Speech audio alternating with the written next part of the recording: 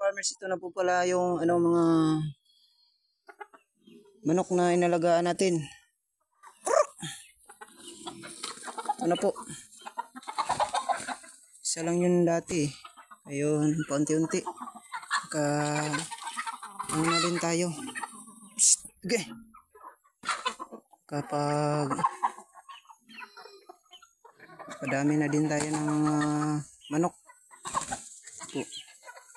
Marami pa doon sa makain pa sa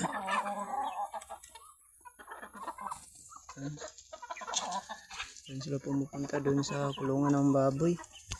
Kasi kumakain kasi yung baboy. Kain din na yung kain ng baboy. Ito po, malaki na po. Yan.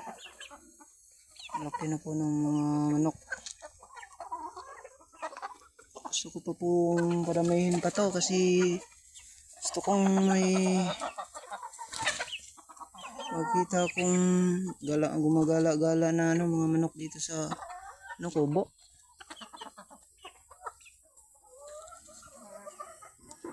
Ito po. So yan. Malaki niyan mga ka-farmers. Shamo yan mga ka-farmers. Pero hindi na po pure na shamo. Crossbreed na po. Yan. Ganyan mga ka-farmers. 4 na buwan pa ata yun. 4-5. Yan. Ang lalaki din mga ka-farmers.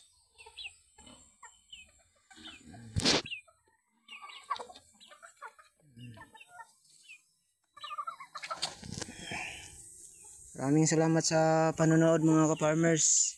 Update ko na lang po kayo sa susunod na mga video. Sa mga mangyayari pa dito sa farm. Thank you for watching.